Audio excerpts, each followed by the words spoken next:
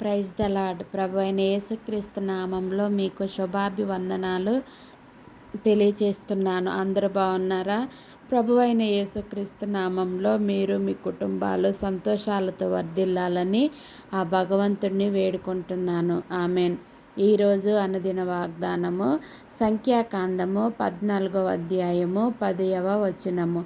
యెహోవా మహిమ ఇజ్రాయేలీయులకందరికీ కనబడెను. అబ్బా, ఎంతటి చక్కటి వాక్యాన్ని దేవుడు ఈరోజు మనకిచ్చాడు.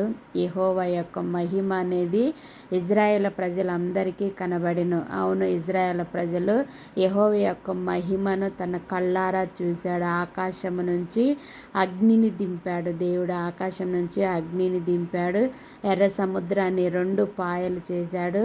ఐగుప్తు నుంచి ఇజ్రాయేల్ ప్రజల్ని ఏ విధంగా బయటికి తెచ్చారు అనేది ఇజ్రాయేల్ ప్రజలు 2 కళ్ళతో స్పష్టంగా చూశారో తెలుసుకున్నారు.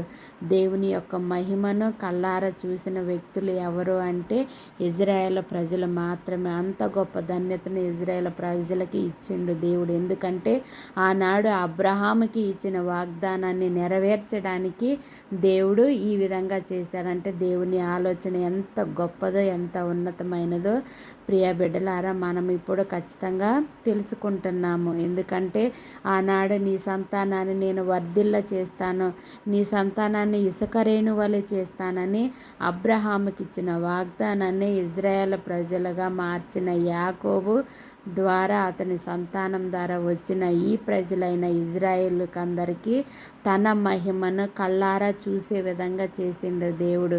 అవును, ఎర్ర సముద్రాన్ని దాటడానికి ముందు వెనక ఏమో ఐగుప్తు ప్రజలు వెంటాడుతున్నారు. ముందు సముద్రము, వెనక ఇజ్రాయేల్ ప్రజల